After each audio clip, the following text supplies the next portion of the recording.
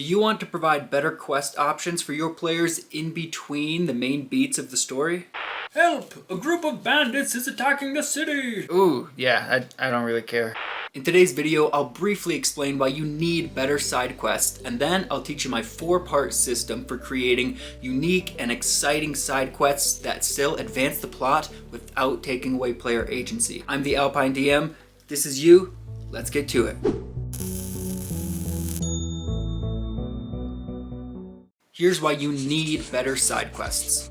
Everyone knows that scheduling conflicts are the bane of every D&D group's existence. As much as I'd love to play consistently on a regular basis, the reality is that we're adults with responsibilities. Sometimes we'll play 3 weeks in a row and then take 5 weeks off, and then play a week and then skip 2 weeks. Life happens and things come up, which means that whenever we do get a chance to play, that time is way more valuable and precious. My side quests, and yours, need to be top tier because we literally don't have the time for anything else. Don't get me wrong, there is still a healthy amount of shenanigans, but I owe it to the players and I owe it to myself to make the most out of every single session and not send them on a random quest to go do something just because.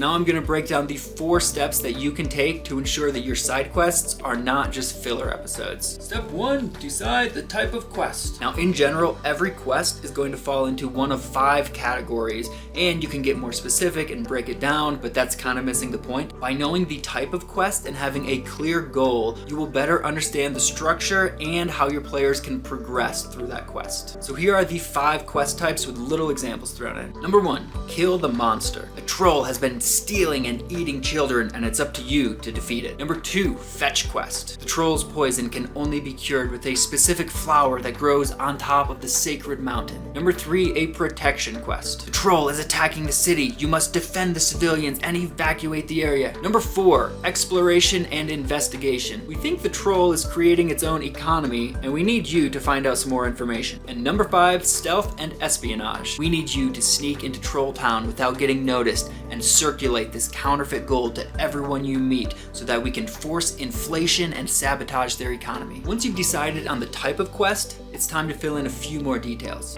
Step 2, what's nearby and makes sense. Instead of randomly coming up with enemies and tasks, consider where the players are at within the campaign. Real quick, it's also important to remember that a lot of side quests are driven by players getting distracted and taking interest in some random thing that's not important. And that's great. Lean into that, don't fight them on it, weave it into the campaign, which is what step 4 is all about. So for example, if they want to spend time sprucing up an old monastery and turning it into an adventurer's guild and recruiting low-level adventurers to go do all their shitty tasks for them, let them do it. You can work with that and go in so many different directions. There's no reason to put a stop to that kind of creativity. However, if the party isn't gravitating towards anything in particular, think about the region that they're in, what level the party is, and the themes of the overall campaign. You wouldn't send a level 3 party to go kill a dragon, just like you wouldn't introduce a sea hag in the middle of a desert. Now this might seem like common sense, but it is important to consider and think about. So another example is, let's say in step 1, I want to go with an espionage and stealth quest. And recently the players have bought their own fancy hats and are making these custom cloaks for their characters.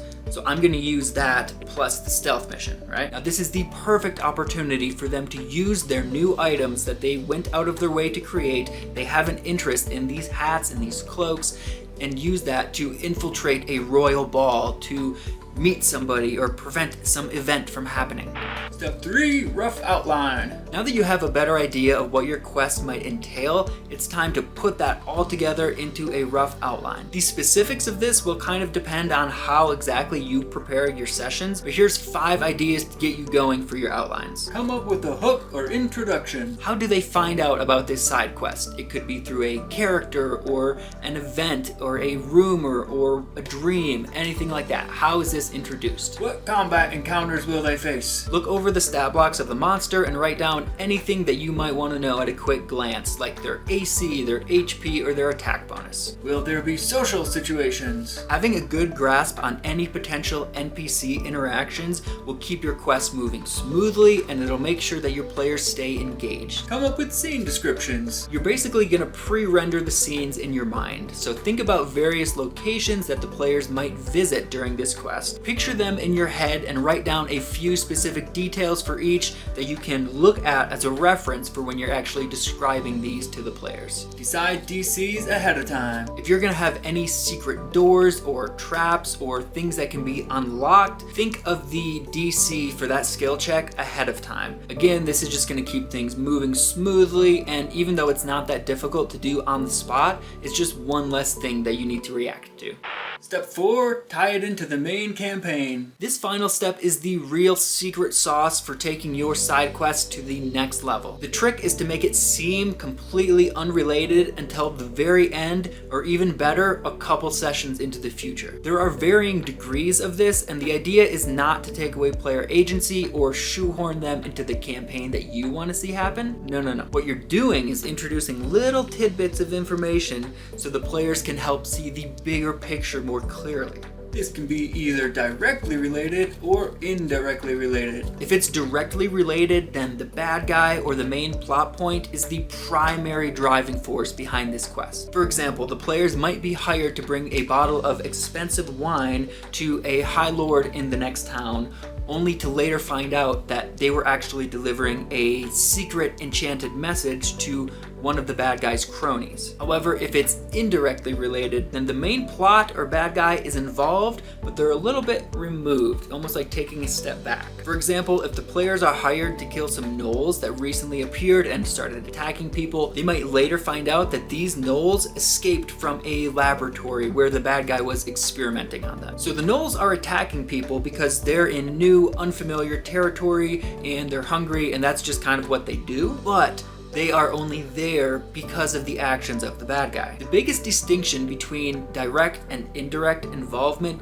is really the intention of the bad guy and the awareness. So in this example, the bad guy certainly didn't intend for the gnolls to escape from his laboratory, and he might not be aware that these gnolls are causing havoc in the village that the players happen to be in. So just to recap, with these 4 steps, you will be able to craft way better side quests and make the most of every single session. Start by choosing the quest type, thinking about what would make sense, coming up with a rough outline, and then weaving it into the main plot, either directly or indirectly. But of course, any good side quest wouldn't be complete without an incredible NPC, which you can learn how to create by following my GUPP system. Just check out the video in the description. That's what I've got for you today. I really hope you found it helpful. Please subscribe if you enjoyed the video and consider sharing it with a friend. And a special shout out to my patrons, Rachel Alexandria, Connor O'Keefe, and Portal Wolf for making this video possible. And if you're interested in supporting the channel and getting some awesome content for your 5e games, head on over to patreon.com/thealpinedm. Thanks for watching.